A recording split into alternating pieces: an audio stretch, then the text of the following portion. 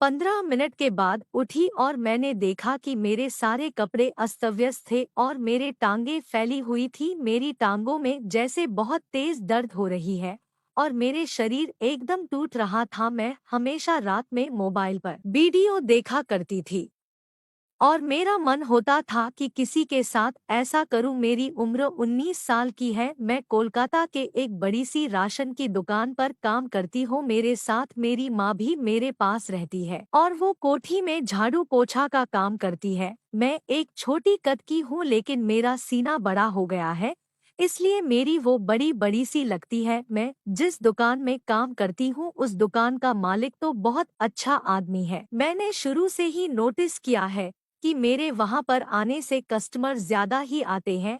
एक दिन दुकान पर दूध नहीं आया था तो दुकानदार ने बोला कि बेटी जाओ एजेंसी से दूध लेकर आओ। तो मैंने साइकिल पर बोरी ले ली और मेरी दुकान से 2 किलोमीटर के दूरी पर एजेंसी थी। मैं साइकिल चलाते हुए जा रही थी तो मेरे दोनों सेब हिल रहे थे और रास्ते में लोग मुझे देख रहे थे। मैं नाक में छोटी सी वाली पहनती हूँ तो मेरा चेहरा और अच्छा लगता है।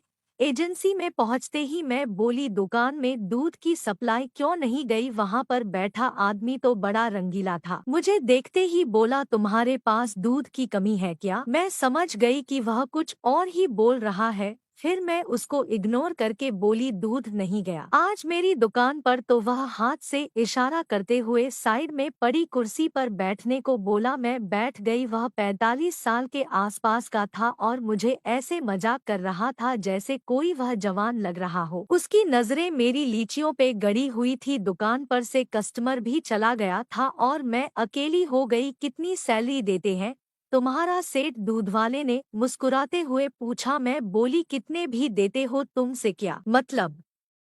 मैं जरा सीधी बात करने वाली लड़की थी और कुछ भी बोल देती हूँ, इसलिए सब मुझे चुलबुली बुलाते थे। दूसरी बार उसने पूछा अरे कितने पैसे मिलते हैं बताओ ना, मुझे भी एक ऐसी लड़की की जरूरत है जो मेरे दुकान पर काम कर सके। मैं बोली मुझे 8,000 मिलते हैं। तो वह मुस्कुराया और एक बार मेरी ओर देखा और कुर्सी से उठकर मेरे पास आकर बैठ गया। बोला 40,000 दूंगा मैं, एक दिन के लिए मेरे पास काम कर लो। मैंने कहा तुमने क्या बोला, तो उसने वही बात दोबारा बोली। मैं सोच रही थी कि 40,000 बहुत होती है, वैसे मैं 1 घंटे के लिए यहाँ आई हूँ। मैं उठकर सेठ के पास जाकर बैठ गई और सेठ के बाजू में अपना हाथ रखकर बोली सेठ जी 40,000 के लिए तो मैं तुम्हारी जान भी ले लूंगी। सेठ आश्चर्य करते हुए बोला क्या बोल रही हो। तो मैं उसको बोली अरे मजाक कर रही हूँ सेठ जी, 40,000 मेरे लिए बहुत है।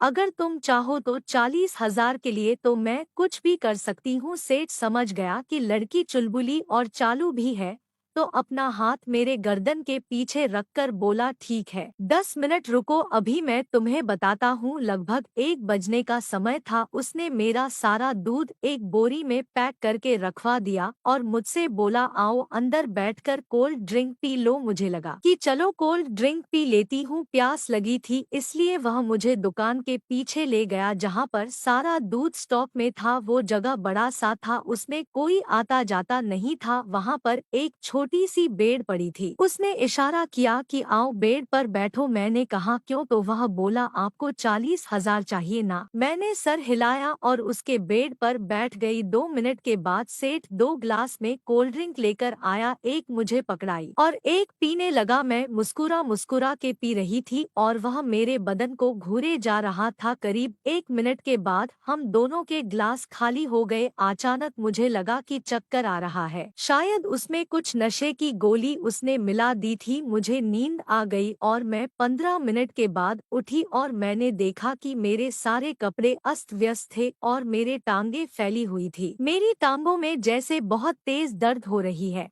और सफेद सफेद का कोई पदार्थ आ रहा था। मेरे शरीर एकदम टूट रहा था लेकिन सेठ वहाँ पर नहीं था, वह साइड में दुकान पर था। मैं वहाँ पहुँच गई और बोली सेठ तुमने मेरे साथ क्या किया है। वह थोड़ा सा मुस्कुराया। मैं समझ गई उसने मुझे एक प्यार दिया है। मैं बोली तुमने मुझे प्यार दिया है। वह बोला उसे प्यार नहीं मजा। बोलो आपको 40,000 रुपए चाहिए थे न, इसलिए तुम ही ने तो बोला था कि मैं 40,000 के लिए कुछ भी करेंगी। मुझे सब सोचने में थोड़ा बुरा जरूर लगा था, लेकिन मैं यह समझ गई थी कि मुझे काफी अच्छा फील हो रहा था क्योंकि मैं नशे में जरूर थी लेकिन मैं होश में थी और मुझे उन 15 मिनट में बहुत बहुत अच्छा लगा था। अगले पल उसने मुझे 40,000 दिया तो मैं खुश हो गई।